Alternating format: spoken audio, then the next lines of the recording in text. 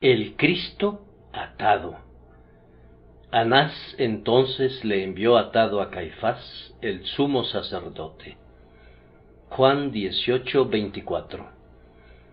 Nuestro único tema en esta ocasión será el Cristo atado, el Hijo de Dios como un embajador maniatado, como un rey en cadenas, el Dios hombre que fue enviado después de ser atado, para comparecer en un juicio ante el tribunal del sumo sacerdote Caifás.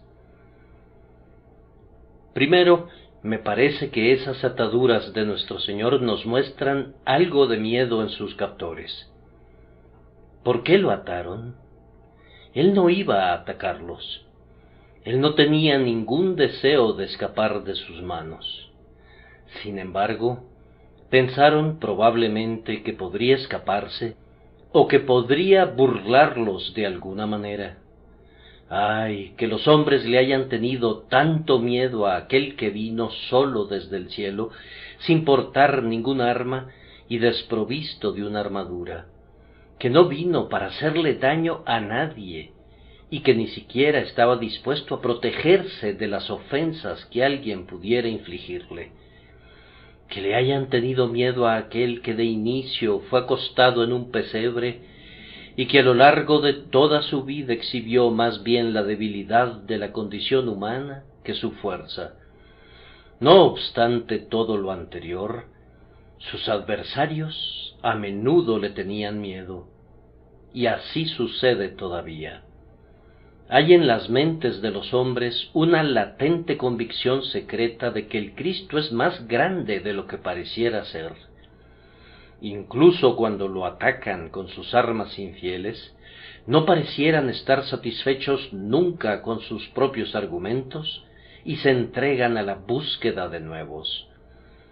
Los impíos le han tenido miedo a Cristo hasta el día de hoy, y su furia en su contra semeja a menudo el ruido que hace el muchacho que chifla para darse ánimo mientras corre a toda prisa a través del camposanto.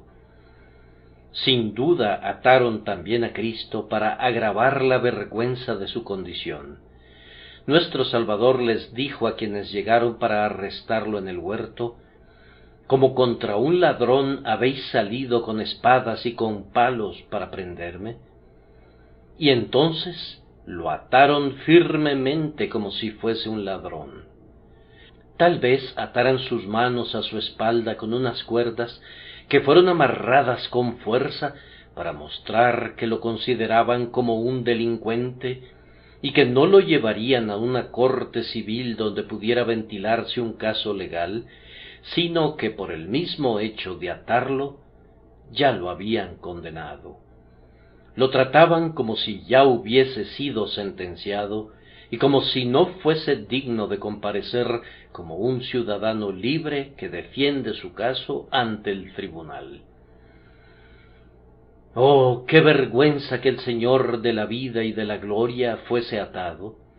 Que aquel a quien los ángeles adoran con deleite, que aquel quien es el propio sol de su cielo, fuera atado como si fuese un malhechor, y que fuese enviado para ser juzgado por un crimen que iba a costarle la vida. También podemos percibir esta acción de atar al Salvador como una agudización de su dolor. Yo supongo que ninguno de ustedes ha sido atado jamás como lo fue nuestro Señor en aquel momento. Si los hubiesen atado, conocerían el suplicio y el dolor que acompañan a esa acción. Juan nos informa que en Getsemaní, la compañía de soldados, el tribuno y los alguaciles de los judíos prendieron a Jesús y le ataron. Acababa apenas de ponerse de pie, pues había estado de rodillas, y el sudor sangriento le cubría todavía como un fresco rocío carmesí, pero, con todo, aquellos varones le ataron y le llevaron primeramente a Anás. Yo no encuentro ninguna indicación de que Anás soltara sus ataduras, o de que se le hubiese concedido siquiera un momento de respiro o descanso. Antes bien, firmemente sujetado todavía por las cuerdas inclementes, fue trasladado a través del gran pretorio hasta el ala opuesta del palacio en la que residía Caifás. Anás entonces le envió atado a Caifás. Entonces, seguramente, debieron de hacer eso en un puro desborde de malicia. Ya he dicho que parecían tener alguna suerte de miedo de que, después de todo, su cautivo se les escapara. Sin embargo, ellos habrían podido desterrar muy fácilmente ese miedo de sus mentes. No había necesidad de atarle a él. Oh, crueles perseguidores, contemplen su rostro. Si han resuelto enviarlo a su muerte, pueden conducirlo como una oveja que va al matadero. Ni siquiera abrirá su boca para reconvenirles. No había ninguna necesidad de poner ataduras a un ser tan amable como él. Digo que deben de haberlo hecho por pura crueldad, para poder expresar así su odio por medio de cualquier método concebible, tanto en los pequeños detalles como en el gran objetivo que traían entre manos todo el tiempo, es decir, entregarlo a una muerte sobremanera dolorosa.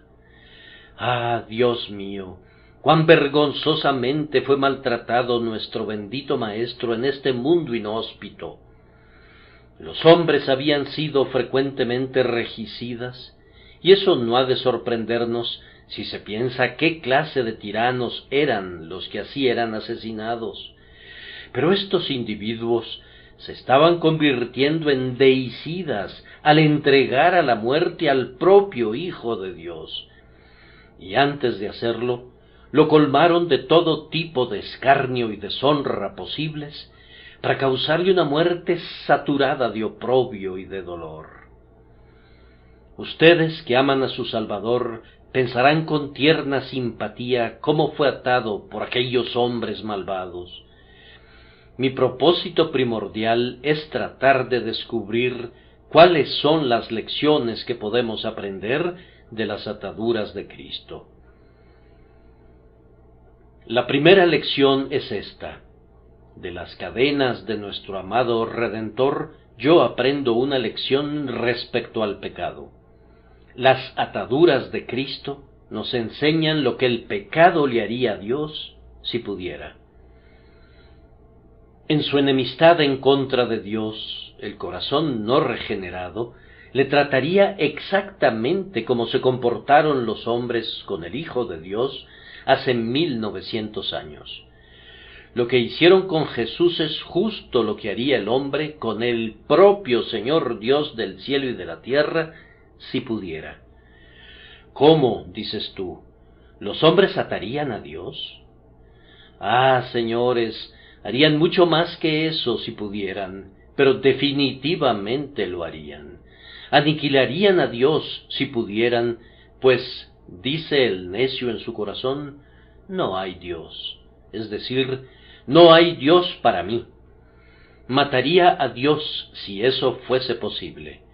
No habría ninguna noticia más alegre para muchos que viven hoy que se les informara con absoluta certeza que Dios no existe. Con tales noticias, todos sus temores serían acallados de inmediato.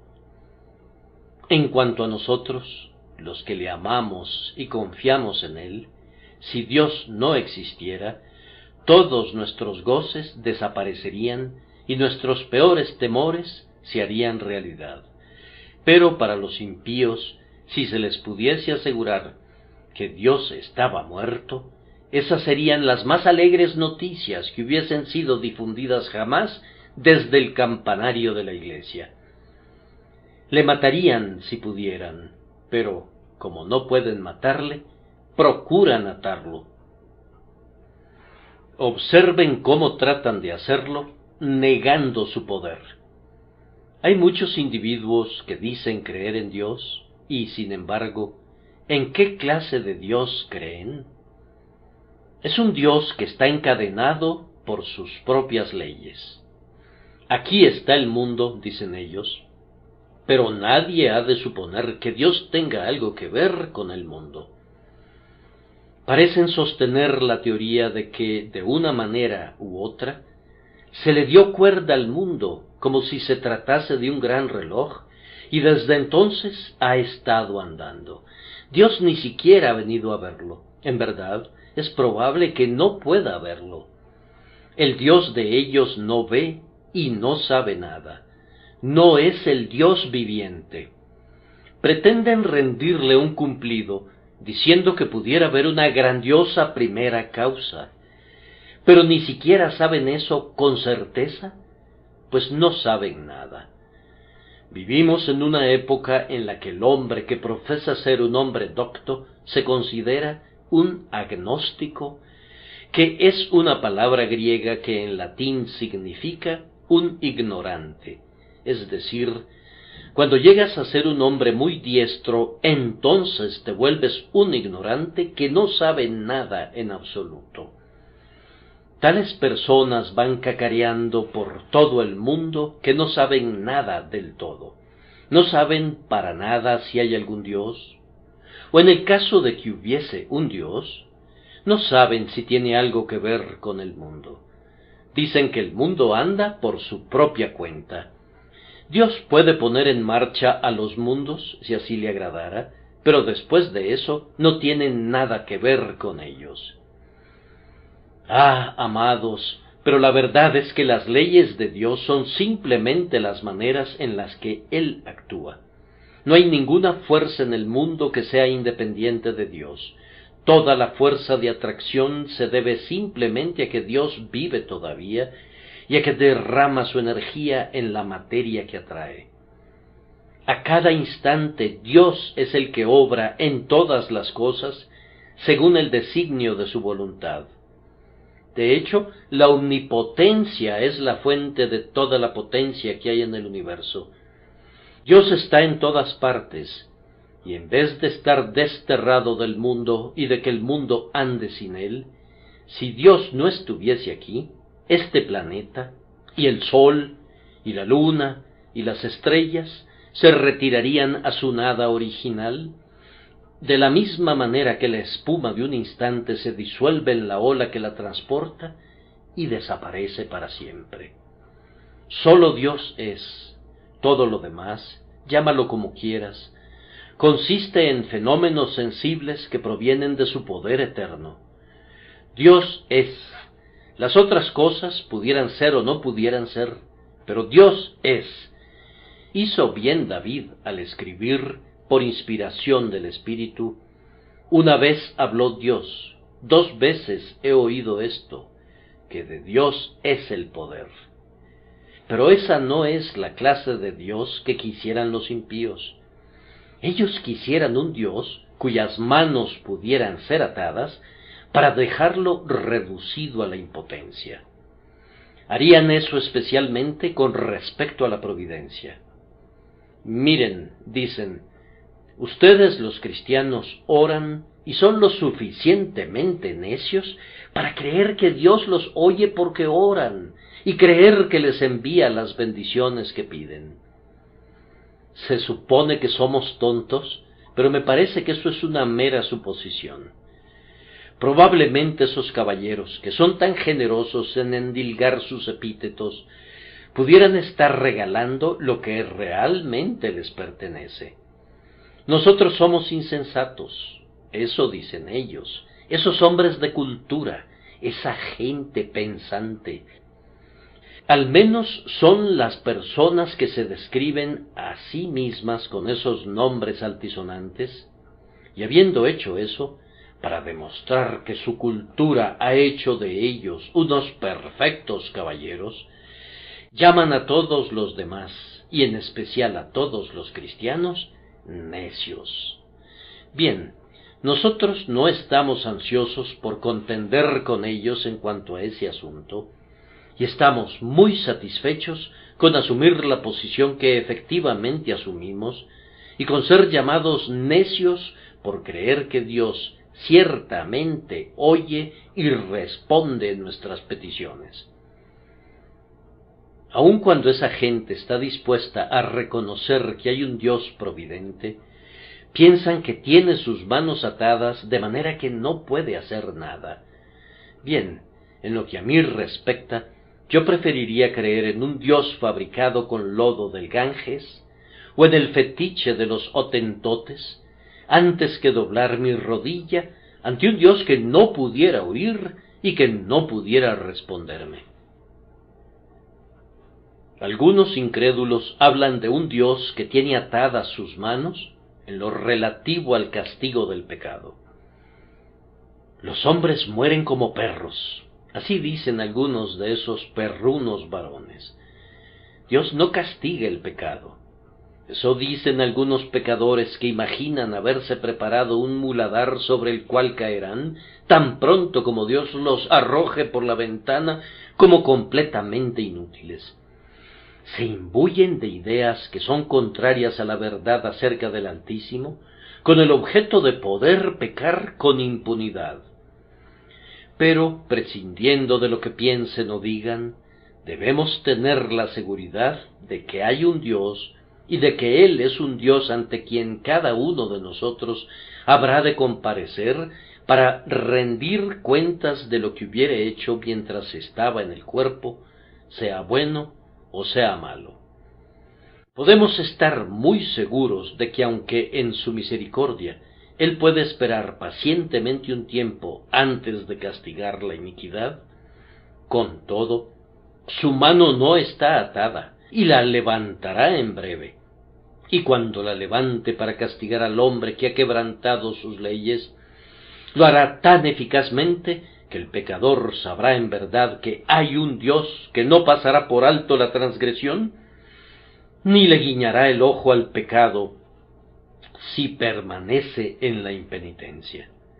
Entonces, alegrémonos siempre de dar nuestro testimonio de que Dios no puede estar atado, pero esperemos ver siempre que los inconversos, de un modo o de otro, procuran atar las manos del Altísimo, así como aquellos pecadores en Jerusalén ataron al Cristo de Dios.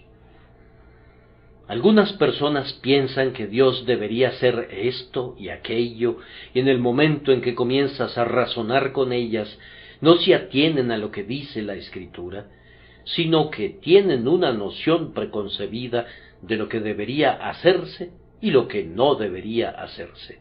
Es decir, querrías atar sus manos de manera que Él tenga que hacer lo que tú juzgues adecuado. Pero si Él juzga que un curso en particular es recto, pero no satisface tu gusto, entonces de inmediato una de tus opciones es no tener ningún Dios, o la otra es tener un Dios que sea maniatado por tu razón y que se conserve atado para que cumpla tu voluntad.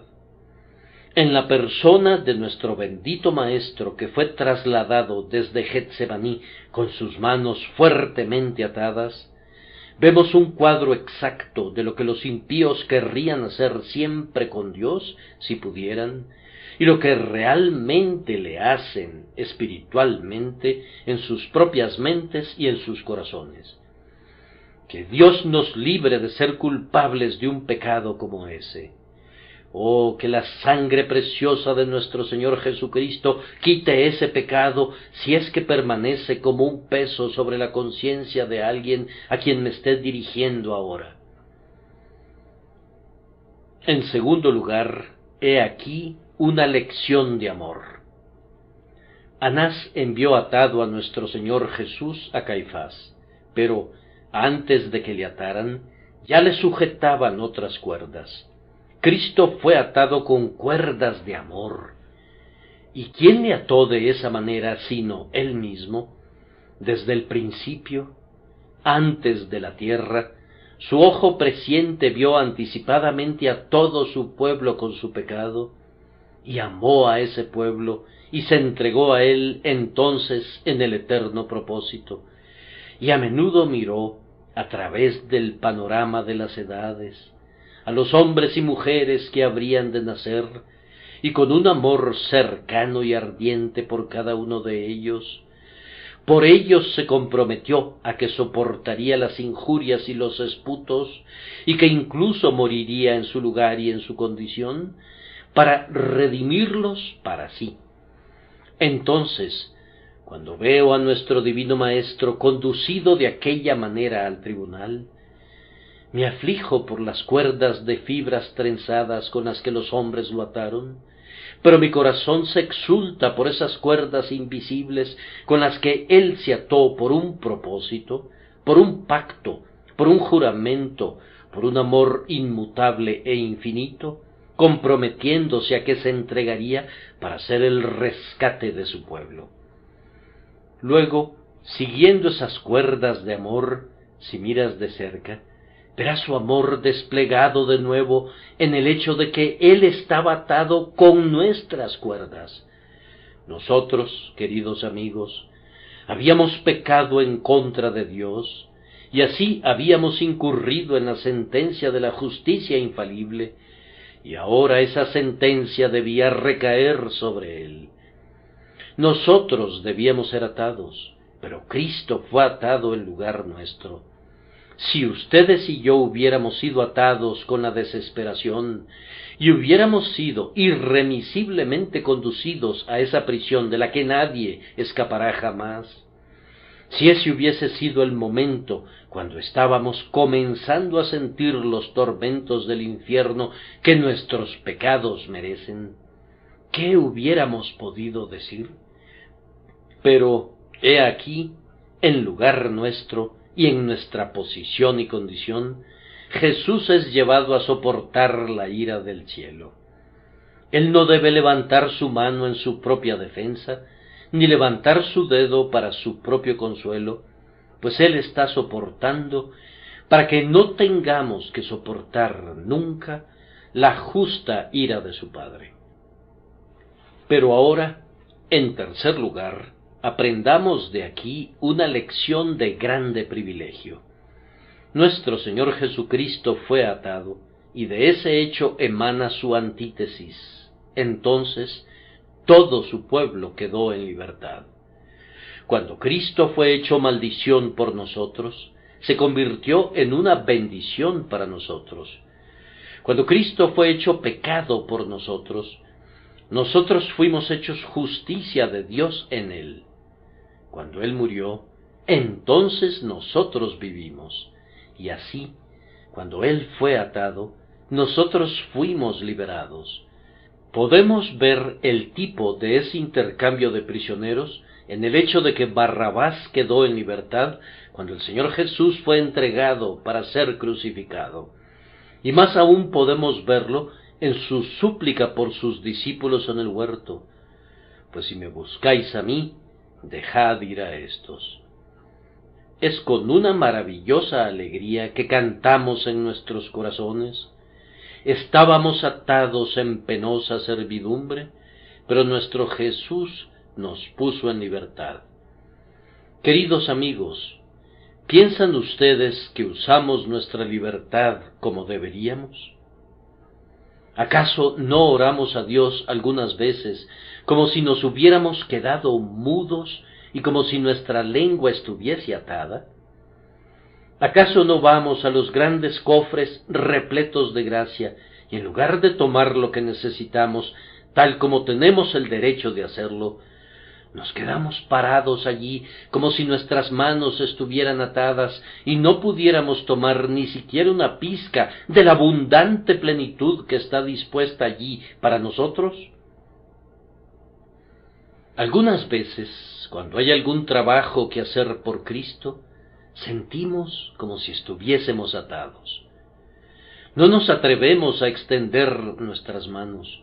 Tenemos miedo de hacerlo. Sin embargo, Jesús nos ha liberado.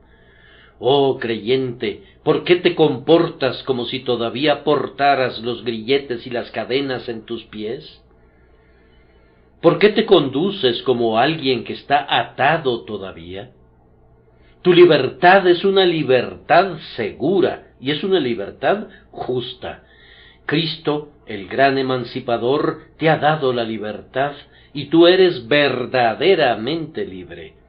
Disfruta tu libertad, disfrute el acceso a Dios, disfrute el privilegio de reclamar las promesas que Dios te ha dado, disfrute el ejercicio del poder con el que Dios te ha dotado, disfruta la santa unción con la que el Señor te ha preparado para que le sirvas. No te pongas taciturno como un pájaro enjaulado cuando eres libre de volar lejos. Puedo imaginar un pájaro que ha estado enjaulado durante años. Se le podría quitar la jaula, cada uno de sus barrotes, y no obstante, el pobre pajarito ha estado tan acostumbrado a posarse en ese cetro dentro de su jaula que no advierte el hecho de que su prisión ha desaparecido, y allí sigue posado y sigue estando taciturno. Remonta el vuelo, dulce cantor, todos los verdes campos y el cielo azul son tuyos. Extiende tus alas y vuela por encima de las nubes y entona el himno de tu libertad como si quisieras que llegara a oídos de los ángeles. Amados, que sea así con sus espíritus y con el mío. Cristo nos ha dado la libertad. Por tanto, no debemos regresar a la servidumbre, ni debemos quedarnos inmóviles como si estuviéramos en prisión, sino que debemos regocijarnos por nuestra libertad en esta misma hora, y debemos hacerlo todos nuestros días. La cuarta lección de las cuerdas de Cristo es una lección de obligación. Esto pudiera parecer como una paradoja que contrasta con la lección previa, pero, no obstante, es igualmente cierta. Amados, ¿fue atado Jesús por ustedes y por mí? Entonces, debemos atarnos a Él y por Él. Yo me regocijo por la dulce incapacidad que resulta del perfecto amor a Cristo. ¿Incapacidad? Preguntas. Sí, quiero decir incapacidad. El verdadero Hijo de Dios no puede pecar porque es nacido de Dios. Hay muchas otras cosas que no puede hacer. No puede abandonar a su Señor, pues dice juntamente con Pedro: Señor, ¿a quién iremos? Tú tienes palabras de vida eterna.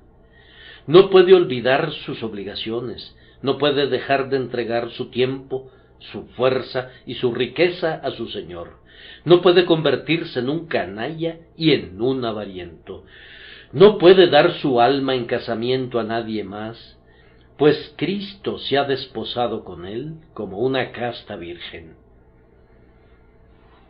Hay momentos en los que el Hijo de Dios se une a Nehemías diciendo: ¿un hombre como yo ha de huir? ¿O cómo puede un individuo tan privilegiado como yo entregarse a tal y tal pecado? Los impíos se burlan de nosotros a veces y dicen: no puedes hacer tal y tal cosa, pero nosotros sí podemos. Y nosotros les respondemos: no hemos perdido ningún poder que deseemos tener jamás, y hemos ganado el poder de concentrar toda nuestra fuerza en la justicia y la verdad. Y ahora nuestro corazón está atado demasiado firmemente a Cristo para que sigamos a los ídolos de ustedes. Nuestros ojos están ahora tan absortos en la visión de nuestro Salvador que no podemos ver ningún encanto en las cosas con las que ustedes quisieran embrujarnos. Nuestra memoria está ahora tan llena de Cristo que no tenemos ningún deseo de contaminar los preciosos depósitos que custodian los recuerdos del pasado. A partir de ahora estamos crucificados con Cristo, y eso nos genera una bendita incapacidad en la que nos regocijamos grandemente. Nuestro corazón podría conmoverse, tal vez un poquito, pero nuestras manos y pies están sujetados al madero y no podemos movernos. Oh, la incapacidad es bienaventurada cuando, al fin, el corazón no puede amar, ni el cerebro puede pensar, ni la mano puede hacer, y ni siquiera la imaginación puede concebir algo que vaya más allá del dulce círculo de una completa consagración al Señor y de una absoluta dedicación a su servicio. Acudan entonces ustedes, ángeles del Señor, y átennos a Él. Esta ha de ser la oración de todo creyente: atad víctimas con cuerdas a los cuernos del altar. No permitamos jamás que algo nos tiente a alejarnos del Señor. Puedes calcular el valor de todo el tesoro de Egipto y luego dejarlo ir, y se esfumará como un sueño, pues no hay nada en él. Los hijos de Sión no conocen otra cosa que dichas sólidas y un permanente tesoro, y eso permanecerá con ustedes que están atados a Cristo para vivir con Él y para morir con Él si fuese necesario. Entonces, siempre que veamos a Cristo atado, oremos pidiendo que podamos cargar también sus cadenas y que estemos tan atados como Él estuvo atado. Oh Dios, debe decir todo cristiano, siervo tuyo soy, hijo de tu sierva. Tú has roto mis prisiones, ahora átame a ti y a tu bendito servicio de una vez por todas. La última lección es una que yo pido que todos nosotros podamos aprender, seamos santos o pecadores. Es una lección de advertencia. Queridos amigos, si bien lo he hecho muy débilmente, he tratado de retratar a Cristo atado con cuerdas, y ahora quiero decirles muy solemnemente a todos ustedes: no aten con cuerdas a Cristo. Ustedes que son inconversos, procuren no atar nunca a Cristo. Pueden hacerlo si no leen su palabra. Tienen una Biblia en casa, pero nunca la leen. Su estuche está cerrado y la tienen guardada en un cajón junto con sus mejores pañuelos de bolsillo. ¿Acaso no es así? Ese es otro cuadro de Cristo atado, una pobre Biblia cerrada a la que no le permites nunca hablar contigo, es más, a la que ni siquiera le permites intercambiar ni media palabra contigo, pues tienes tanta prisa por hacer otras cosas que no puedes escucharla. Desata las cuerdas, déjala tener su libertad, ten comunión con ella algunas veces, haz que el corazón de Dios en la Biblia hable con tu propio corazón. Si no lo haces, esa Biblia cerrada, esa Biblia guardada, ese precioso libro escondido en el cajón, es Cristo en una prisión, y un día, cuando menos lo esperes, oirás que Cristo te dice: en cuanto lo hiciste al mayor de todos mis testigos, a mí me lo hiciste. Mantuviste a Moisés y a Isaías y a Jeremías y a todos los profetas en prisión, y a todos los apóstoles y al propio Señor, tú los ataste con cuerdas y no quisiste oír ni una sola palabra de lo que tenían que decirte. Que eso no sea aplicable a ninguno de ustedes, queridos amigos. Hay otros que no quieren asistir a escuchar la palabra, no asisten a ningún lugar de adoración. Tal vez pudieran haber entrado aquí alguna vez, pero, como regla, no van nunca a ninguna parte para adorar a Dios. Aquí, en Londres, la gente podría vivir en alguna calle donde hay un ministerio que salva almas, pero muchas de esas personas nunca traspasan el umbral de la casa de oración. En algunas calles, ni siquiera una de cada 100 personas entra jamás al lugar donde el pueblo de Dios se congrega para la adoración. ¿Acaso no es eso atar las manos de Cristo? ¿Cómo puede llegar el Evangelio a la gente que no quiere oírlo, que rehúsa escucharlo categóricamente? Están amordazando realmente al bendito Maestro, y eso es peor aún que atarlo con cuerdas.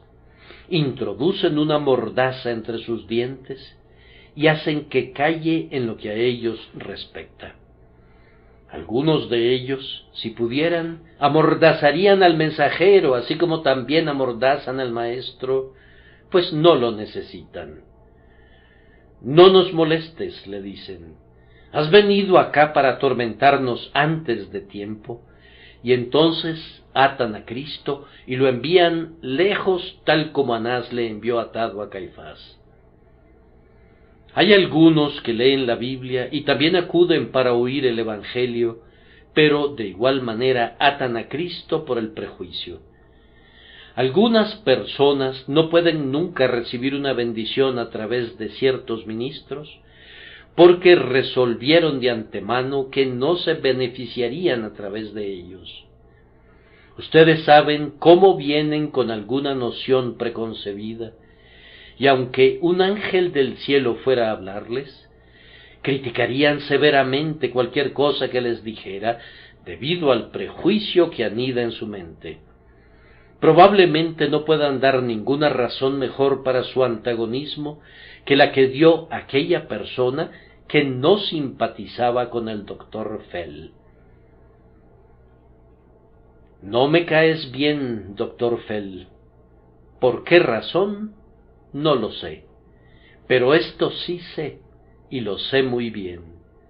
No me caes bien, doctor Fell. He conocido a ciertos individuos que atan a Cristo de otra manera, posponiendo su decisión. Han oído un sermón y han sentido su poder, y su alma se ha visto conmovida por él, pero su idea primordial ha sido tratar de escapar de Cristo o atarle sus manos si fuese posible. Creo que les he dicho antes que en una ocasión, cuando me encontraba predicando en el campo, el caballero en cuya casa me hospedaba se levantó de pronto hacia el final del sermón y salió. Y un apreciado amigo que me había acompañado le siguió afuera y le preguntó: ¿por qué te saliste? Él respondió: si me hubiera quedado allí otros 5 minutos, habría sido convertido. El señor Spurgeon pareciera tratarme justo como si yo estuviera hecho de caucho. Me estruja y me da la forma que él quiere, así que me vi obligado a salir. Pero, le dijo su amigo, ¿no habría sido una gran bendición para ti si hubieras sido convertido? Pues no, replicó él, al menos no precisamente ahora. Tengo algunas cosas en perspectiva de las que no podría perderme, así que no puedo darme el lujo de ser convertido justo ahora. Hay otros que no actúan de manera similar a esa, pero el resultado es el mismo. Aunque no lo digan con las mismas palabras, dicen con sus acciones. Ahora, Señor, voy a atarte un momentito. Tengo la intención de hacerte caso en breve. Espero que tu bendita mano se pose sobre mí para mi salvación, pero no en este momento, por favor, no en este momento. Esas personas siempre usan cuerdas de seda, pero el acto de atar es precisamente tan eficaz como lo sería si tomaran un repulsivo par de esposas, tales como las que saca un policía para prender a un ladrón. Ese hombre dice: solo permíteme atar tus manos un momentito. Otro mes, tal vez, posiblemente otro año. Oh, esa maldita dilación, ¿a cuántos ha arruinado por toda la eternidad? Es el lazo que ata las manos de Cristo el Salvador, que dice: he aquí ahora el día de salvación. Otros hombres atan las manos de Cristo buscando el placer en el pecado. Después de haber sido conmovidos por un sermón, van directamente a algún repugnante lugar de reunión, tal vez a alguna cantina, o al día siguiente se juntan con personas que se encargarán de apagar en ellos cualquier pensamiento serio, tal como es extinguido el fuego. ¿Y qué es eso sino atar las manos de Cristo? Yo conozco a ciertas personas, me estremezco cuando pienso en ellas, que realizan persistentemente aquello que saben que les impedirá sentir alguna vez el poder de la palabra de Dios, o que por algún medio pudieran ser arrancadas de su presente posición y que pudieran ser trasladadas de inmediato allí donde la verdad pudiera influenciarlas, de manera que fueran conducidas a los pies de Jesús. Creo que oigo decir a alguien: esa es una chocante manera de atar las manos de Cristo. Entonces, ten cuidado, amigo mío, para que tú mismo no caigas en ese pecado. Ahora, en conclusión, quiero dirigirme muy brevemente al propio pueblo del Señor. ¿No creen, amados, que ustedes y yo hemos atado algunas veces las manos de Cristo? Seguramente recuerdan haber leído aquella frase: y no hizo allí muchos milagros. Sus manos estaban atadas. Pero, ¿qué fue lo que las ató? Termina en la cita: a causa de la incredulidad de ellos. ¿Acaso no hay muchas iglesias que han atado las manos de Cristo porque no creen que Él pueda obrar milagros allí? Si el Señor Jesucristo fuera a convertir al mismo tiempo a 3,000 personas por la predicación de su pastor, ¿qué piensan ustedes que probablemente dirían los diáconos y los ancianos de esa iglesia? Nosotros nunca pensamos que veríamos aquí una conmoción como esa, y pensar que tuvo lugar en nuestro lugar de adoración. Tenemos que ser muy cautelosos ahora. Sin duda esas personas querrán unirse a la iglesia.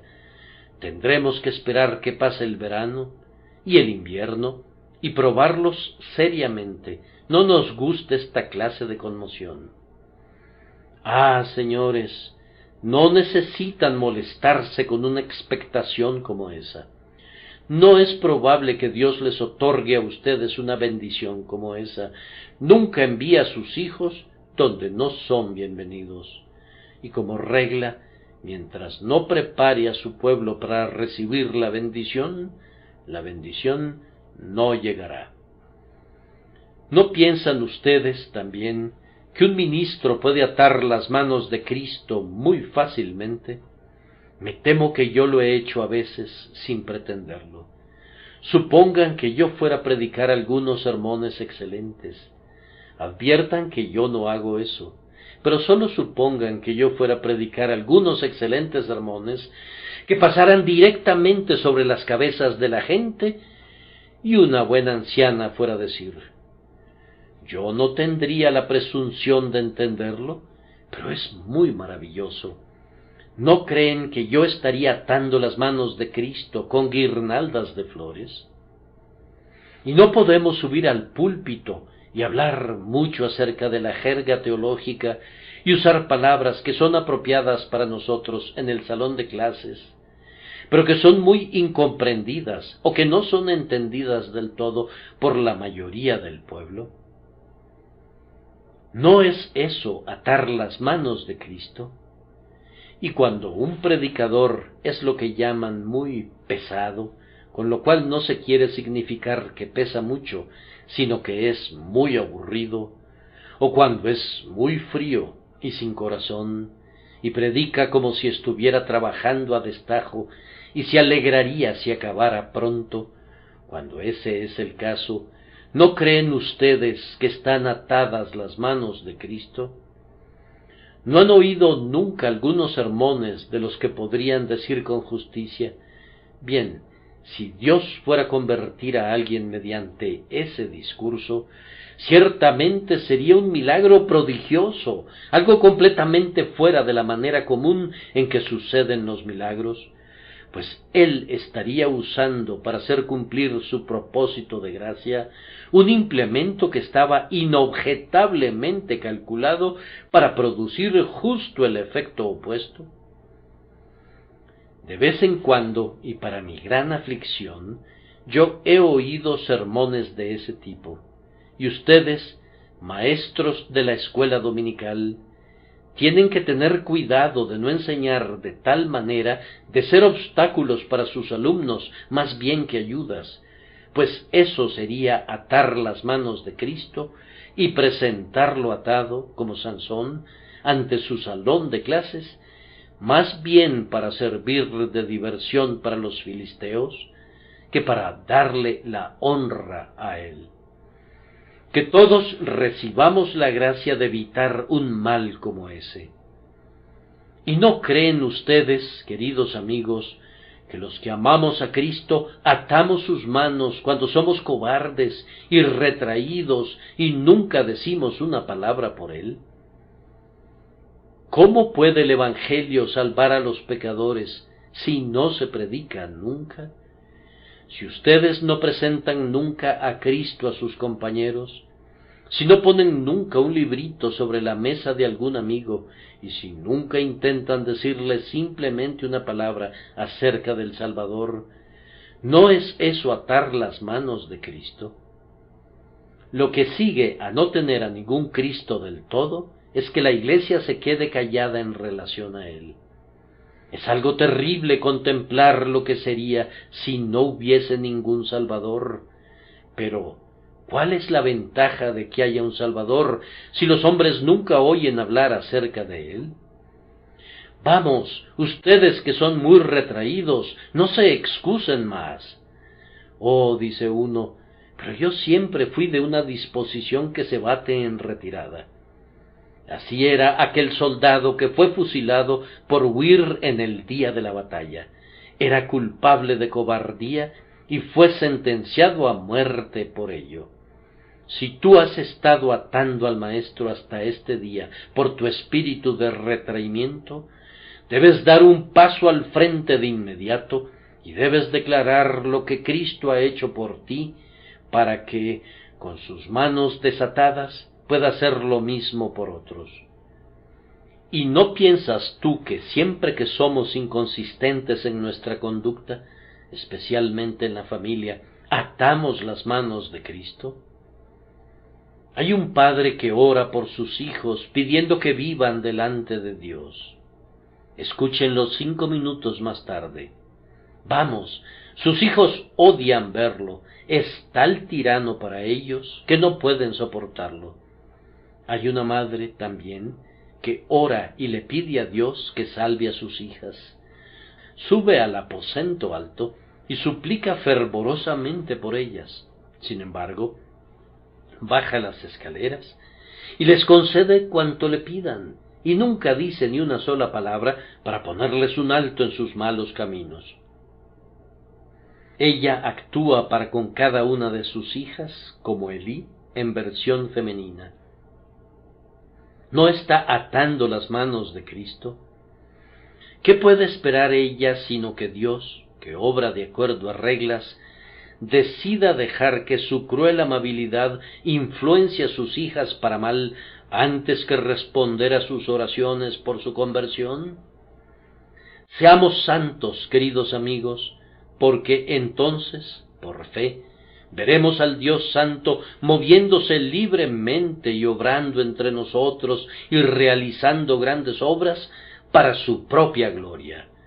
Que así lo haga por nuestro Señor Jesucristo. Amén.